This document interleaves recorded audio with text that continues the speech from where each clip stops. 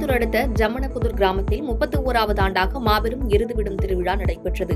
இதில் 200க்கும் மேற்பட்ட காளைகள் கலந்து கொண்டு மந்தையில் சீறி பாய்ந்து ஓடின. குறிப்பிட்ட தூரத்தை குறைந்த நொடியில் ஓடி கடந்து வெற்றி பெற்ற காளைகளுக்கு பரிசுகள் வழங்கப்பட்டது. சேலம் மாவட்டம் சங்ககிரி இருகாலூர் கிராமத்தில் பொங்கலையொட்டி 20க்கும் மேற்பட்ட சேவல்களுடன் இளைஞர்கள் சேவல் பந்தயத்தில் ஈடுபட்டுள்ளனர். இதுகுறித்து அறிந்த போலீசார் சூதாட்டம் நடந்த இடத்திற்கு சென்று சூதாட்டத்தில் ஈடுபட்டவர்களை பிடிக்க சென்றபோது அவர்கள் தப்பி ஓடினர். பின்னர் ஒரு சொகுசு கார் உட்பட 10 இருசக்கர வாகனங்களை காவல்துறையினர் பறிமுதல் செய்து காவல் நிலையத்திற்கு கொண்டு வந்தனர். தப்பி ஓடிய 11 நபர்களை போலீசார் தேடி வருகின்றனர். நாமக்கல் மாவட்டம் திருச்செங்கோட்டில் தமிழர்களின் பாரம்பரிய விளையாட்டுகளில் ஒன்றான இளவட்டக்கல் தூக்கும் போட்டி நடைபெற்றது. இதில் முதல் முறையாக பெண்களும் போட்டியில் கலந்து கொண்டனர். ஆண்களுக்கு 87 கிலோ எடை உள்ள கல்லும், பெண்களுக்கு 67 மற்றும் 47 கிலோ எடையில் 2 பிரிவுகளிலும் போட்டி நடைபெற்றது. போட்டியில் வெற்றி பெற்றவர்களுக்கு பரிசுகளும் வழங்கப்பட்டது. சேலம் மாவட்டம் ஓமலூர் அருகே உள்ள ரெட்டிப்பட்டி கிராமத்தில் கொடாரியம்மன் கோவில் திருவிழாவை முன்னிட்டு எருதாட்டம் நடைபெற்றது. எருதாட்டத்தில் ஒரே நேரத்தில் 2 முதல் 5 காளைகள் வரை ஓடவிட்ட நிலையில் காளைகள் பாய்ந்து ஓடுவதற்காக இளைஞர்கள் பட்டாசு வெடித்ததால் காளைகள் மிரண்டு கூட்டத்தில் புகுந்து ஓடியது. இதனால் சுமார் 20க்கும் மேற்பட்டோர் காயமடைந்தனர். உரிய பாதுகாப்பு ஏற்பாடுகள் இல்லாததாலும் உரிய வழிகாட்டுதல் படி காளைகளை ஓட்டாததாலும் பலரும் காயமடைந்துள்ளதாக போலீசார் மீது பொதுமக்கள் புகார் தெரிவித்துள்ளனர். தமிழகம் எங்கும் பொங்கல் விடுமுறையை முன்னிட்டு 6 நாட்கள் தொடர் விடுமுறை அறிவிக்கப்பட்டிருந்த நிலையில் அரசு உத்தரவை மீறி நீலகிரி மாவட்டம் உதகை நகரில் தனியார் பெண்கள் பள்ளி நேற்று செயல்பட்டுள்ளது. அரசு விடுமுறை என்றும் தனியார் பள்ளி செயல்பட்டது பெற்றோர்களிடையே அதிர்ச்சியை ஏற்படுத்தியுள்ளது.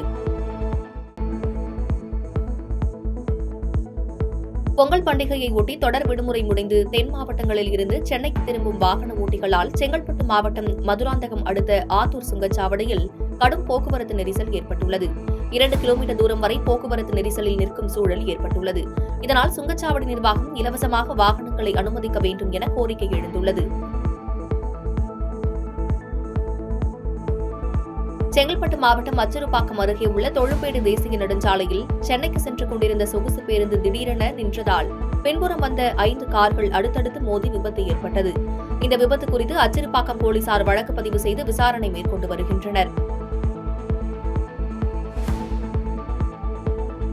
மதுரை அரசரடி பகுதியில் உள்ள மத்திய சிறைச்சாலையில் 10 ஆண்டுகளுக்கு மேலாக போதைப்பொருள் சோதனைகளில் ஈடுபட்டு வந்த ஆஸ்ட்ரோ எனும் நாய் உடல்நலக்குறைவால் உயிரிழந்தது. ஆஸ்ட்ரோவின் உடல் அரசு மரியாதையுடன் நல்லடக்கம் செய்யப்பட்டது. கோவை உக்கடம் லாரிப்பேட்டை பகுதியில் நடைபெறவுள்ள எஸ்டிபிஐ கட்சியின் வக்பு வாரிய உரிமை மீட்பு மாநாட்டிற்கு முன்னதாக பேரணியும் நடைபெறவுள்ளதாக தகவல் கிடைத்துள்ளது. அந்த மாநாடு பிலால் ஹாஜியார் திடல் என்ற இடத்தில் நடைபெறவுள்ளதாக எஸ்டிபிஐயினர் தெரிவித்துள்ளனர்.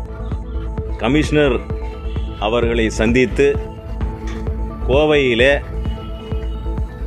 எஸ்டிபிஐ என்கின்ற கட்சி அவர்களுடைய சார்பாக வருகின்ற 19ஆம் தேதி வகுப்பு மசோதா அதை எதிர்த்து ஒரு மாநாடு நடத்துவதாகவும் அதையொட்டி ஏறக்குறைய தமிழகம் முழுவதும் குறிப்பாக கோவையில் எல்லா இடங்களிலும் சுவர் விளம்பரம், சுவரொட்டிகள், பேம்ப்ளேட்டு அத்தனையும் விநியோகம் செய்திருக்கின்றார்கள்.